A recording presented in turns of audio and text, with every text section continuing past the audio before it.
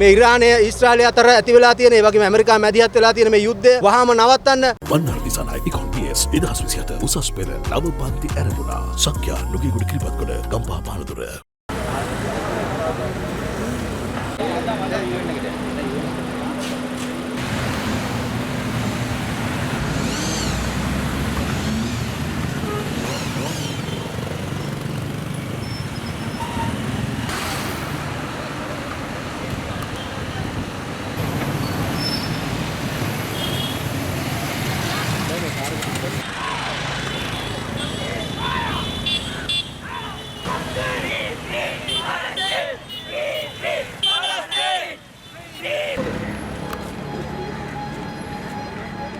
More genocide! Stop this genocide! No more genocide!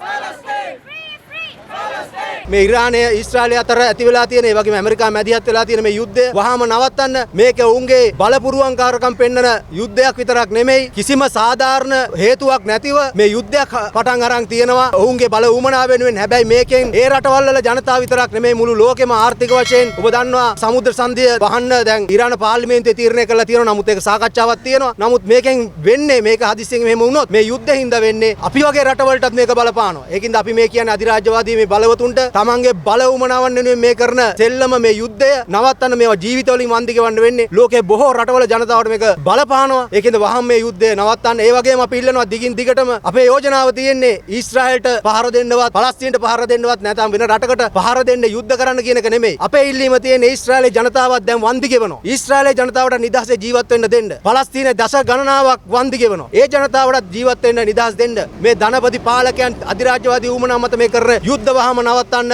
ඔවුන්ට සාමයේ ඉන්න ලබා දෙන්න. ඒ වගේම මේ මානසික ආධාර පලස්තීන ජනතාවට ලබා දෙන්න අවස්ථාව දෙන්න. අද ඊශ්‍රායලයේ වැඩ කරන්න ගිහිල්ලා ඉන්න අපේ රටේ විදේශිකයෝ 30000කට වඩා වැඩි සංඛ්‍යාවක්. එතකොට ඒ සේවකයන්ගේ අපේ රටේ ශ්‍රමිකයන්ගේ උදව් වෙනුත් තමයි ඊශ්‍රායලය අද ඔතන ඉන්නේ. ඒ නිසා අපිට අයිතිය තියෙනවා ඊශ්‍රායලයට කියන්න. අපි ඊශ්‍රායලට බලපෑම් කිරීම අපිට අයිතිය තියෙනවා. ඊශ්‍රායලය කියලා තනි රටක් ලෝකේ තනි ශක්තියෙන් හැදිලා නැහැ. ලෝකේ මිනිසුන්ගේ උදව්වෙන් හැදිලා තියෙන්නේ. ඒක සේවය කරන ලෝකේ විවිධ රටවල් වල ජනතාව ඉන්නවා. ඒ ජනතාවට අයිතිය තියෙනවා නිදහසේ ජීවත් වෙන්න. තමන් කරන්න කියපු තැන රැකියාව නිසි පරිදි කිරීමේ අයිතිය තියෙනවා. ඒ නිසා අපි ඊශ්‍රායලයට කියනවා ඊශ්‍රායලයේ ජනතාව පලස්තීනයට නිදහසේ ජීවත් වෙන්න දෙනවා වගේම ඒ වගේම තමයි ඊශ්‍රායලය ඇතුළත ජීවත් වෙන ඊශ්‍රායලික ජනතාවටත් ඒ වගේම විවිධ රටවලින් ඇවිල්ලා ඒ සේවය කරන ජනතාවටත් නිදහසේ ජීවත් වෙන්න ඉඩ දෙන්න ඕන.